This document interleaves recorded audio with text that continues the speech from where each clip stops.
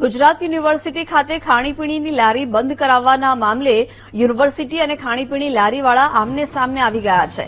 University estate વિભાગ દ્વારા લારીઓ હટાવવાની કામગીરી હાથ ધરાઈ ત્યારે કુલપતિના આદેશ બાદ દબાણ હટાવવા આવ્યા હોવાની વાત સામે આવી છે। કુલપતિ નિર્જા ગુપ્તાએ 16 ડિસેમ્બર સુધીમાં લારીઓ હટાવવા માટે આદેશ કર્યો હતો।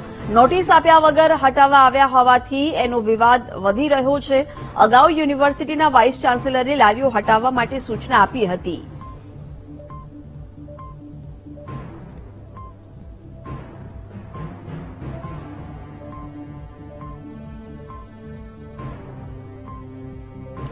યુનિવર્સિટીની બહાર ખાણીપીણીની લારીઓ હટાવવા માટેનો આદેશ આપવામાં આવ્યો હતો। જો કે હવે વેપારીઓ દ્વારા વિરોધ નોંધાવવામાં આવી રહ્યો છે, કેમ કે તેમણે જાણ કર્યા વગર જ આ પ્રકારે દબાણ દૂર કરવામાં આવી રહ્યું છે, જેને લઈને વિરોધ નોંધાવાઈ રહ્યો છે। વિગતો મેળવીશું સંવાદદાતા સંજય પાસેથી। સંજય, ખાણીપીણીની લારીઓ છે હટાવવામાં આવી રહી છે, વિરોધ એટલા માટે પણ કે જાણ કર્યા વગર આ થઈ રહ્યું છે।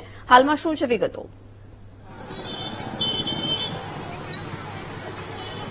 બિલકુલ જિજ્ઞાસા, વાત કરવામાં આવે તો ગુજરાત યુનિવર્સિટીની સામે જે બિલકુલ ગેટની સામે આવેલા સ્ટોલ છે અને જેને લઈને વાત કરીશ તો કેમેરામેનને અત્યારે કહીશ કે જે રીતે રોડ દેખાડે, આખો જે રોડ જોવા મળી રહ્યો છે તે ગુજરાત યુનિવર્સિટીનો જે રોડ છે એ રોડની સામે જે રહેલા સ્ટોલ છે તેને હટાવવા માટે અત્યારે પ્રશાસન આવ્યું છે। પણ જે રીતે વાત કરવામાં આવે તો સમગ્ર રોડ જે યુનિવર્સિટીના અંદરનો છે, જેને લઈને યુનિવર્સિટી પોતે એમ કહી રહી છે કે જ્યાં અહીંયા આ પ્રકારના સ્ટોલ જે છે એ સ્ટોલ શા માટે રાખવામાં આવ્યા છે અને જેને લઈને આ સ્ટોલને લઈને જે અત્યારે દબાણ જે છે એને લઈને હટાવવામાં આવી રહ્યા છે।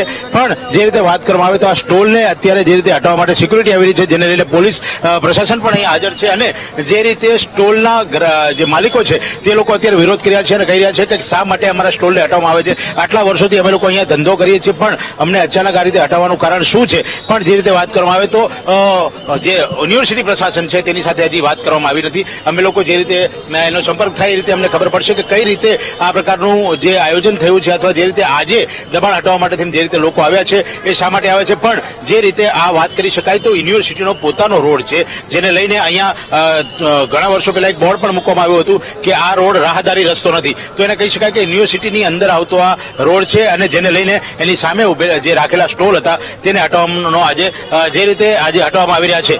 તો જો વાત કરવામાં આવે તો આ રીતે જે અહીંયા જે સ્ટોલ છે એના જે માલિકો છે એ પણ અહીંયા અત્યારે હાજર છે અને જેને લઈને લોકો અત્યારે જે રીતે સ્ટોલ હટાવવા માટે આવે છે ત્યારે એની સાથે જે રીતે એ લોકો સંઘર્ષ પણ કરે છે, આમને સામને સંઘર્ષ પણ જોવા મળી રહ્યું છે। વિઝ્યુઅલમાં જોઈ શકાય છે કે લોકો અત્યારે જે રીતે પોતાની રોજી રોટીને અહીંયાથી હટાવવા માટે એ લોકો પોતે એનો વિરોધ પણ કરી રહ્યા છે।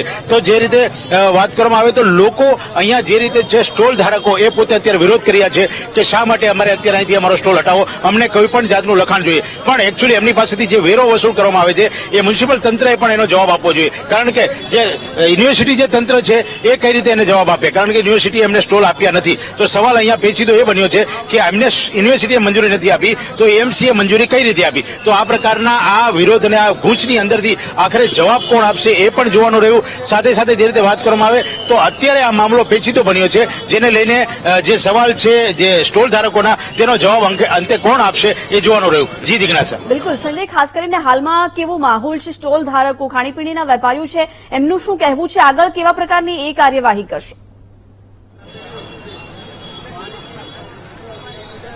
બિલકુલ જે રીતે વાત કરવામાં આવે તો સ્ટોલ માલિકો છે એ અત્યારે પોતાના સ્ટોલને હટાવવા માટે થઈને એનો વિરોધ કર્યા છે, પોતે સ્ટોલ હટાવવા માટે તૈયાર નથી। પણ જે રીતે વાત કરવામાં આવે તો અત્યારે અહીંયા જેટલા સ્ટોલ છે એ સ્ટોલની સાથે સાથે જે લોકો જે છે એની સાથે જો વાત કરવાનો પ્રયત્ન કરીએ તો અહીંયા જે રીતે લોકો પોતાના સ્ટોલ માટે થઈને જે અત્યારે વિરોધ કર્યા છે, અહીંયા સ્ટોલના જે માલિકો જે છે એમની પાસેથી આપણે જાણીએ। પણ જે રીતે જોઈ શકાય છે દ્રશ્યમાં કે સ્ટોલને અત્યારે બંધ છે, અત્યારે તમામ સ્ટોલ અત્યારે બંધ છે, પણ એ સ્ટોલની અંદર જે રીતે એના જે માલિકો છે એને લઈને અત્યારે વાત કરવામાં આવે તો જેના સ્ટોલ કોણ મતલબ ભાઈ હે તમારા સ્ટોલ હે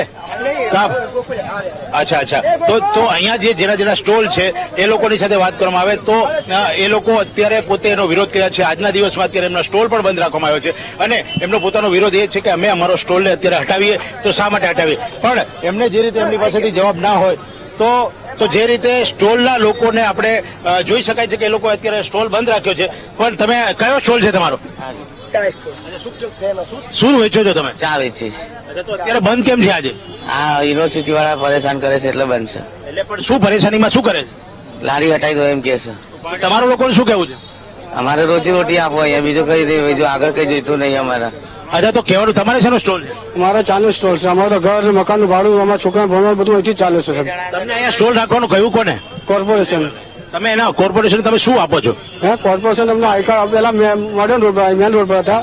કોર્પોરેશન જગ્યા અંદર ફાડી અહીંયા કરી પૈસા કાર્ડ અહીંયા આપે છે. તો જોઈ શકાય છે કે આ પ્રકારના આઈ કાર્ડ પણ એમ લોકોને આપવામાં આવે છે, દુકાનદારો જે સ્ટોલ ધારકો છે તેને.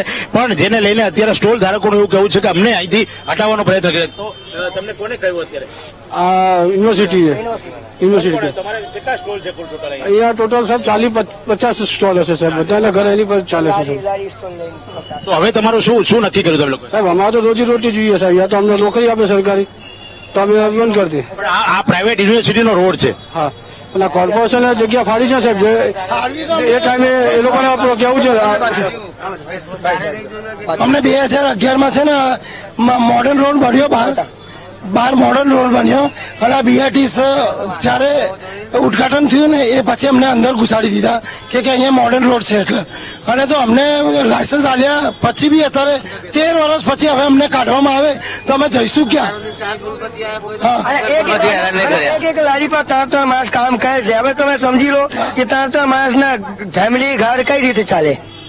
અમે તો ભણેલા લીખેલા નહીં કે અમે કઈ નોકરી મળી જાય. લારીમાં 4 જણા નોકરીઓ કરે, એ લોકોનું ફેમિલી પછી અમારી લારીઓ વાળાના ફેમિલી, બધાના ફેમિલી ક્યાં જશે સાહેબ?